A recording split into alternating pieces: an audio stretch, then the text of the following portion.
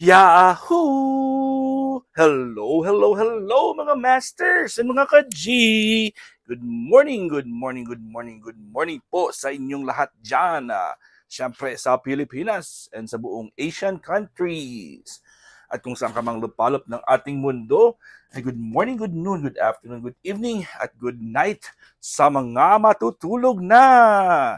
At syempre, welcome na naman sa ating All About G, the Green Girly Cutie Patuti Iguana Daily Vlogs. Ngayon po ay araw ng Huwebes. At syempre, nandito na naman tayo para mag-aliwan at mga mustahan at kung ano-ano pa yung gagawin natin dito, mga masters, mga ka-G. At as promised ay kahapon nagsabi po ako meron tayong sorpresa para sa inyo at meron po tayong importante na mensahe para sa atin dito sa ating All About G. Pero una sa lahat, ako po ay nagpapasalamat talaga sa inyong walang labis, sa inyong walang katulad na love and support sa ating programa at syempre sa mga nag-support sa ating mga adhikain sa Team Kuroda at syempre sa ating mga kasamahan na ini-endorse po natin. O di ba mga masters, mga ka-G? So si G po natin ay yun, umalis na naman. Alam niyo naman na every time po ako nagsasalita ay umaalis po siya. Kasi ayaw niyo nang makita sa camera. Ayun ang ating G talaga ay super OA. And dyan sa baba si G natin. At hindi ko alam kung anong gusto niyong gawin ngayon. Ako po yun po siya sa baba talaga. Ayaw niyo na talagang magpakita sa camera. Ay nako, talaga ang ating G na super spoiled. So, pakita lang natin siya. Siya yung ating bida. So, siya yung ating ipapakita. O, di ba mga masters, mga ka-G? Sino ba naman yung bida dito? Wala naman ako yung papakita ko. Siya ang bida ng ating programa every 6 o'clock in the morning. Alright, so tatanungin ko muna kayo mga masters, mga ka-G. Ano na ba? Sinusunod nyo na ba yung mga tinuturo ko sa inyo? O, di ba? Ano ba yung may mga testimonies na ba kayo? So, importante lang po talaga na alamin natin kung paano natin paalagaan yung ating mga sarili, ating ating health. So, importante po talaga na iwasan po natin ang uminom habang po kumakain. Importante po yan para po ay ma-absorb ng ating katawan ang ating kinakain. So, no matter how healthy your food is, tandaan nyo po yan ha, no matter how healthy your food is, kung iniinuman nyo po ng tubig, sorry, or liquids, dito pa ako sa sorry, wala, lumabas kasi ako, nakita ko yung araw. Sino ba sa inyo dyan, pag nakakita ng araw ay, sneeze. Diba? Pag may araw ay, ewan ko lang, bakit ganyan? Nangangati siguro yung ilong natin dyan. So, nagbabahing po pag nakakita ng araw. Ngayon po. So, importante po yan na magbigay ng 1 hour distance or interval bago uminom ng liquids habang po ay kumakain. Kasi para po ay ma-absorb talaga ng katawan ang pagkain. No matter how healthy your food is, kung ikaw ay umiinom, mawawalang bisa po yung mga enzymes, hindi po ma-absorb ang pagkain.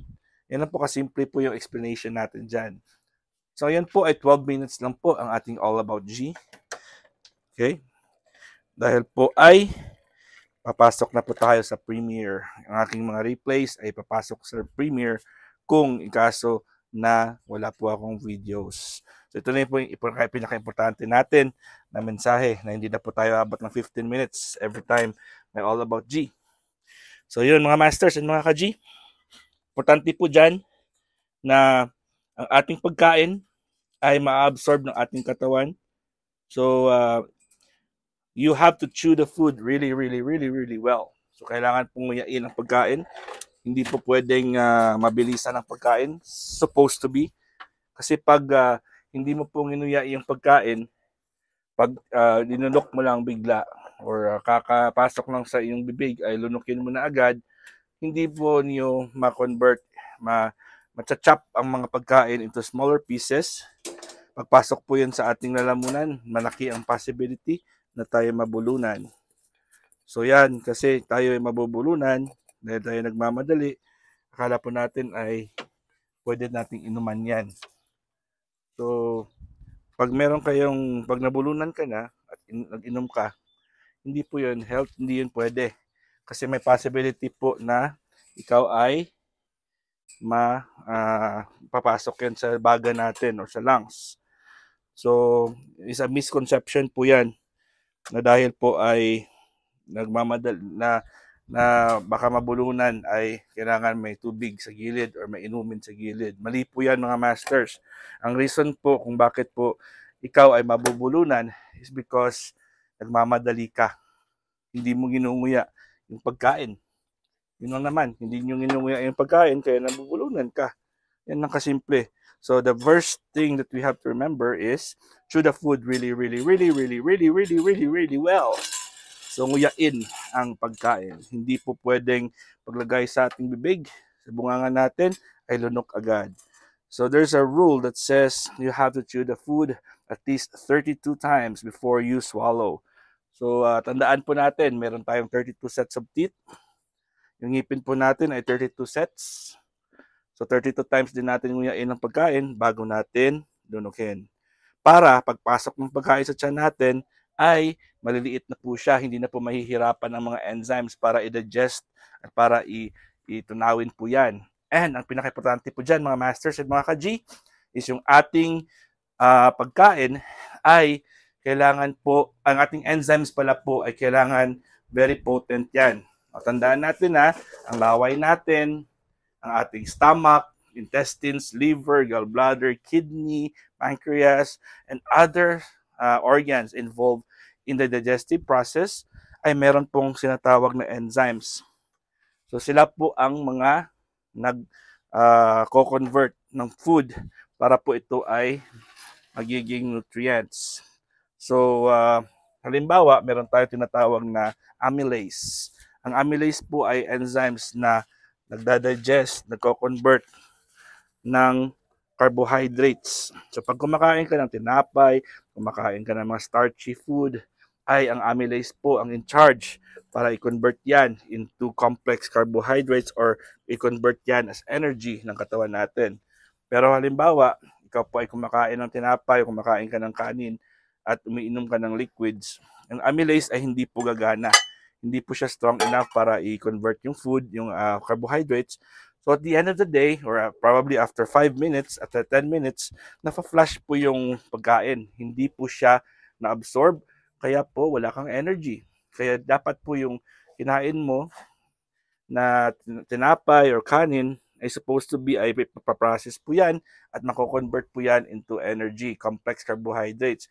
So pero dahil hindi niyo po nanguya at hindi niyo po na-absorb dahil uminom kayo, ay papasok yan sa ating katawan, ma-absorb yan as simple starch or sugar dahil po hindi po siya na-process. Kaya tumataas po sugar levels natin, tumataas po yung mga cholesterol, kung ano man yung nakain mo, protein, fats, carbohydrates, fruits. Kung hindi po siya na-absorb ng specific enzymes, ay ano po yan, unfortunately, ay hindi po siya ma-process. Kaya po ay na-absorb po when it comes sa yung ating kasing organs ay mag-absorb yan kung ano po yung kinain mo. So ma-absorb niya pa rin pero yung na-absorb niya ay mali, raw, hindi po siya properly processed. Kaya po ay tayo ay nagkakaroon ng mga problema sa ating levels. Ayun mga masters and mga ka-G, tandaan po natin yan ha. So importante po natin na alamin. And then after that, kailangan tayo, ang pinakamaganda pong gawin is 1 hour before breakfast sa umaga.